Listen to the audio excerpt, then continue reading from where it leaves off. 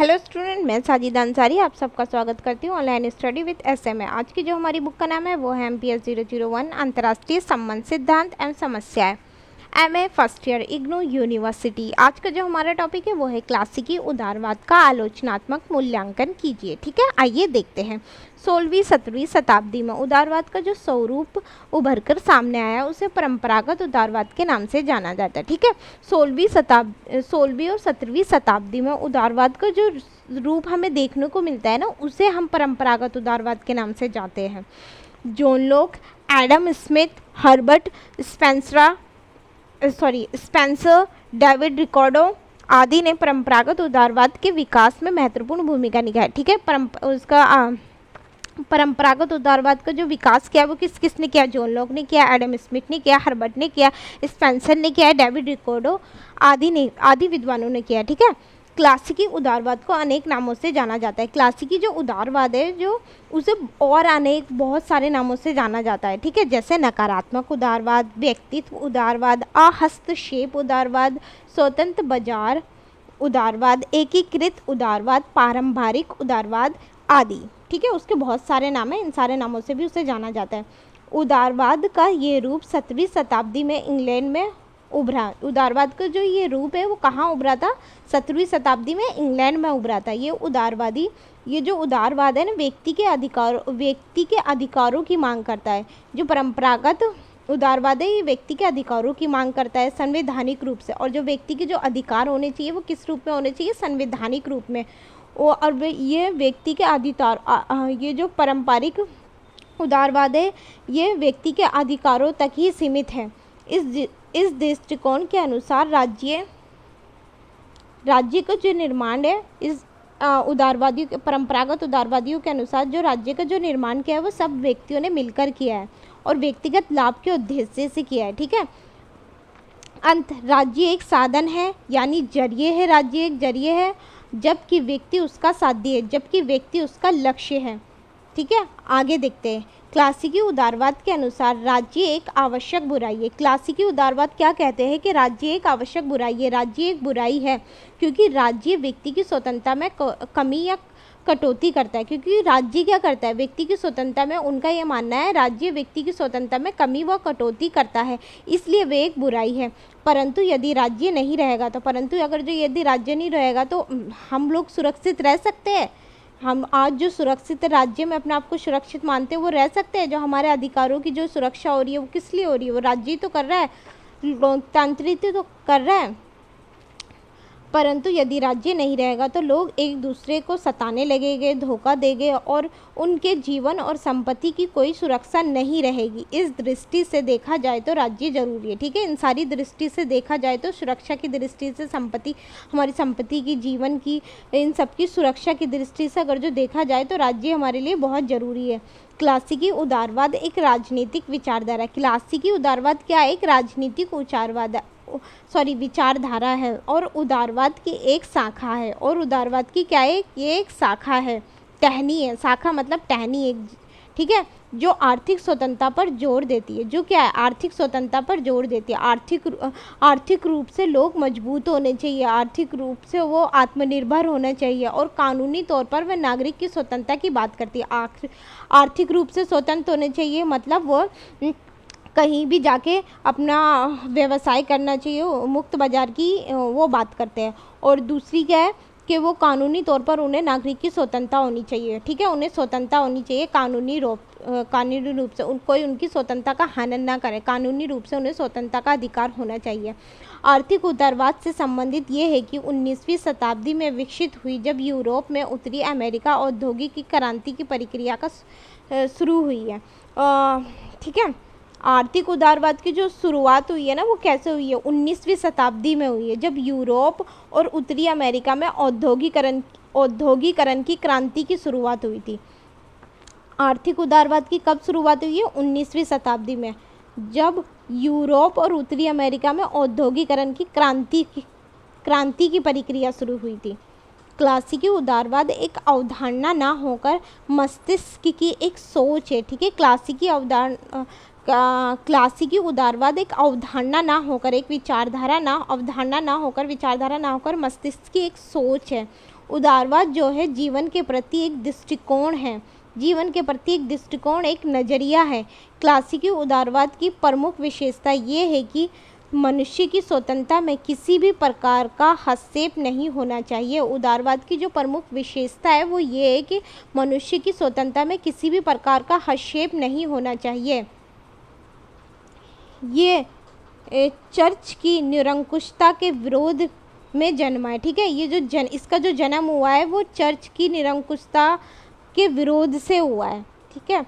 स्वतंत्रता को प्रोत्साहित करता है ये, ठीक है। किस रूप में? 3 रूप में ये स्वतंत्रता को प्रोत्साहित करता है। सामाजिक स्तर के रूप में ये स्वतंत्रता को प्रोत्साहित करता है, यानी धर्म की स्वतंत्रता की बात करता है, धर्म की स्वतंत्रता होनी चाहिए उन्हें, ठीक है। आर्थिक स्तर पर ये स्वतंत्रता की बात करता है, यानी उत्पादन की स्वतंत्रता होनी चाहिए, उत्पादन में किसी भी प्रकार का हस्तक्षेप नहीं होना चाहिए ताकि प्रत्येक व्यक्ति आर्थिक रूप से आत्मनिर्भर हो जाए। राजनीतिक स्तर पर वो स्वतंत्रता की बात करता है, यानी राजनीतिक गतिविधियों में प्रत्येक व्यक्ति को भाग लेने की स्वतंत्रता होनी चाहिए और ये राजनीतिक गतिविधियों में सबकी समानता की बात करता है, ठीक है। राजनीतिक गतिविधियों में प्रत्येक व्यक्ति को भाग लेने की स्वतंत्रता होनी चाहिए और राजनीतिक गतिविधियों में सबकी समानता की बात करता है ये, और ये सर्वसत्तावाद का विरोध करता है, ठीक है। सर्वसत्तावाद का ये विरोध करता है। क्लासिकी उदारवाद मानवीय व्यक्तित्व पर विश्वास रखता है। क्लासिकी उदारवाद धार्मिक कट्टरता का भी विरोध करता है। क्लासिकी उदारवाद जो है मानवीय व्यक्तित्व पर विश्वास रखता है, ठीक है। और क्लासिकी उदारवाद धार्मिक कट्टरता का भी विरोध करता है। धर्म में किसी भी प्रकार की जो पुरानी जो परंपराएं, रीति रिवाज है जो मानवीय की स्वतंत्रता को नुकसान पहुंचाती है, उनकी स्वतंत्रता को बंधित करती है, उन्हें पंगु बनाती है, जिससे कि वो अपने विकास ना कर पाए, स्वतंत्रता को बंधित हो जाए उनकी, तो उन सारी क्या है ये, उन सारी रीति रिवाज व परंपरा का वो विरोध करता है, धार्मिक कट्टरता का वो विरोध करता है, ठीक है। इसकी आलोचनाएं देखते हैं। उदारवाद की जो आलोचनाएं की गई है वो किस किस प्रकार से की गई है वो इस प्रकार है। इसका फर्स्ट पॉइंट है उदारवादी राज्यों के एक आवश्यक बुराई मानते हैं।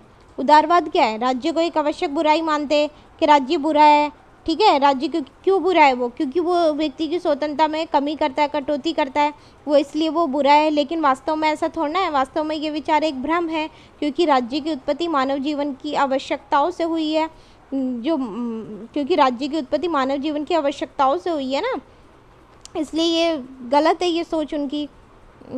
ये सही है कि व्यक्ति की, सेकंड इसका पॉइंट है, ये सही है कि व्यक्ति की आत्मनिर्भरता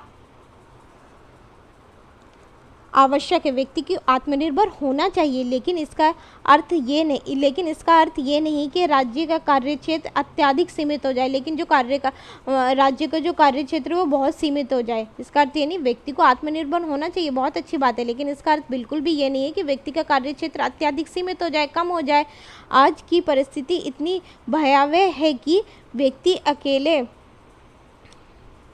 राज्य की सहायता से उन पर विजय नहीं पा सकता, ठीक है। अकेले व्यक्ति बिना राज्य की सहायता से वो विजय नहीं पा सकता है। आज की परिस्थिति इतनी भयानक है। व्यक्ति के पूर्ण विकास के लिए आज राज्य की आवश्यकता है हमें, ठीक है। आज की परिस्थिति हमें विकास के लिए, सुरक्षा के लिए, संपत्ति के लिए, अपनी स्वतंत्रता के लिए, अपनी रक्षा के लिए हमें क्या है, राज्य की आवश्यकता होती है ना। और आज की स्थिति कितनी भयानक है, तो ये जो विचार है ये बिल्कुल गलत है। आलोचकों का मानना है उदारवाद मानव प्रकृति का गलत चित्रण करता है। उदारवाद जो मानव प्रकृति का गलत चित्रण करता है, ठीक है, गलत नज़रिए से देखता है। वो मनुष्य को मौलिक रूप से स्वार्थी मानता है। वो मनुष्य को क्या है, मौलिक रूप से स्वार्थी मानता है, ठीक है। मनुष्य मौलिक रूप से स्वार्थी है।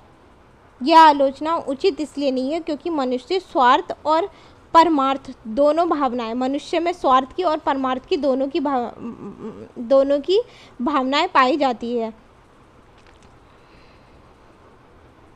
वह अपनी भलाई के अलावा दूसरों की भलाई के लिए भी तो काम करता है। वह अपनी भलाई के लिए थोड़ा ना काम करता है। जब वो समाज में रह रहा है अपनी भलाई के लिए भी काम करता है, दूसरों की भलाई के लिए भी काम करता है। उसमें स्वार्थ और परमार्थ दोनों की भावनाएं पाई जाती है।